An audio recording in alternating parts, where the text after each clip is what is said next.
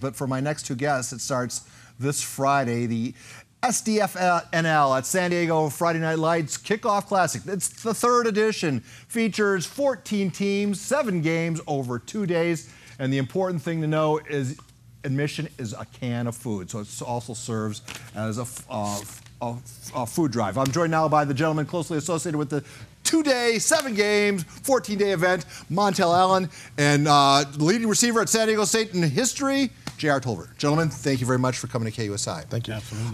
Let's start with, let's just start with the board. Tell me about the games. Tell me what's going to be interesting to watch. I think the games are interesting to watch. They're all going to be interesting to watch, but I think the 2 games that I'm interested in seeing is going to be Hilltop versus Lincoln. It happens on Friday, the 18th at 5 o'clock.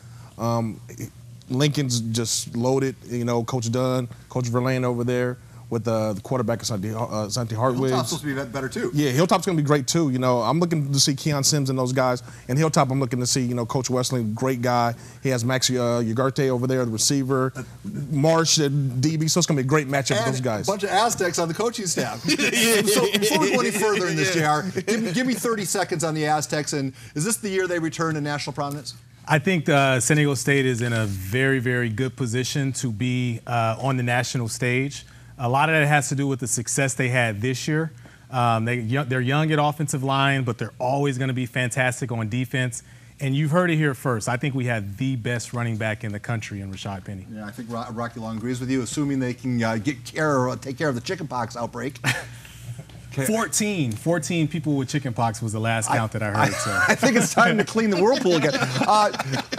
Getting back to why you guys are here, how did your magazine how did this event get started? Well, me and my partner Ruben Pena just wanted to be able to figure out a way how to get back to the community and merge that with football. So we decided to go ahead and have the Kickoff Classic. It just seems like a marriage made in heaven.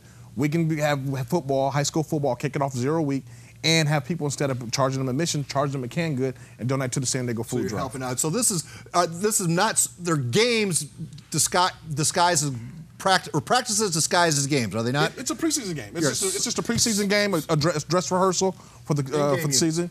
Everything's just like game condition. Game uniforms, all high school foot rules, special teams and everything. The only difference is the quarters are 11 minutes instead of 12 minutes. And then that brings us to Mr. Tolver. You are now in the insurance business. Your agency is doing something cool as it relates to this get-together. Explain what? Yeah, you know, I was a high school football coach for 6 years and an athletic director, and I just realized that high school football coaches, we want to be on the field. We want to be coaching, right? We want to be yelling at the kids. And what we spend a lot of our time doing is fundraising. So my goal with my office, my agency, is to help create an ecosystem where small businesses in San Diego can support these youth programs so the coaches can get back to doing what they're good at. And so you're giving $1,000 to the winning team. We've done some interviews. We've had a little voting system for all 14 teams, and it's been fantastic. Goes to their program. And then, exactly, goes to their program. All right, so speaking of teams, here at KUSI, we've done enough love of Helix. So I'm going to ask you a couple questions. Give me the team to watch that doesn't have an H in it. Or no, team to watch that doesn't involve Helix. It's going to be the mighty Mission Hills over there up North County with Jack Tuttle. He has a great supporting cast, linebacker Bronzo over there. He has Chris Olavi, who I think is one of the best, and I think, me personally, is one of the best or top receivers in San Diego County. He has a running back by committee with Wigman and Dixon over there. Dixon just got an offer from Navy. They really have a strong team over there that's going to really make a push, I think, for the open division. A player to watch that doesn't have 3 names. My man, I like it over Morris. Irby. Montell Irby is just a fantastic running back. He has a great big offensive line he's going to be running behind. I mean, he's been cultivated in the Morris tradition of running that ball behind that power offense. He's going to be a guy that's going to create a lot of buzz in the county. All right, JR, Long Beach Poly, big public school up north, can't field a varsity football team. Or can't field a JV team, excuse me, which will affect the varsity program. And then Novato up in Northern California couldn't field a varsity team. I think they've since worked that out. But these are 2 prominent programs that are having numbers issues. How alarmed should we be about the future of high school football? So I think everything that's happened over the last few years with CTE, it's out in the open. People know what it is, and we're making changes to make sure that the players are playing safely, the refs are calling the game differently. At the end of the day, football is a wonderful sport. It does a lot for young men. So I think that it's just one of those things where now we're just going to have to double down on football. We're going to have to reinvest in it, and we'll bring it back to prominence. And then I take you guys to the other end of the spectrum. Outside of Houston, Texas, they have just completed Legacy Stadium, $72 million. It will be home to, I believe, 8 Houston teams. That's the other end of the spectrum. And that's almost, you know.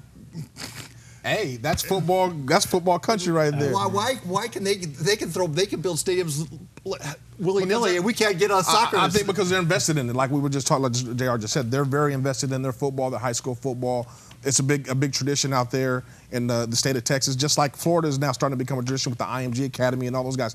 They're really invested in football and high school football. So we'll be next. California's going to be up next. Okay, so I want you guys to give me 10 seconds. Social media has become really big with high school athletes. Now we have teenagers concerned about branding themselves. Give me your best 10 seconds on whether that's good or not.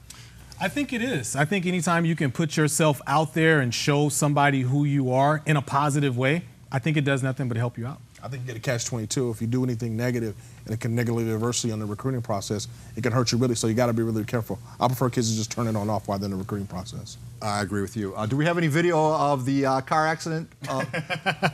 JR? Oh, I guess we did. Just tell us, everybody okay from the car that crashed into your agency? Yeah, everybody's fine. A car plowed into my office about 3 months ago, and super ironic that a car drives into an insurance office. We were well covered, though, so everything's okay. At 6:45, we have Chris Ello coming in. Gentlemen, thank you very much. We wish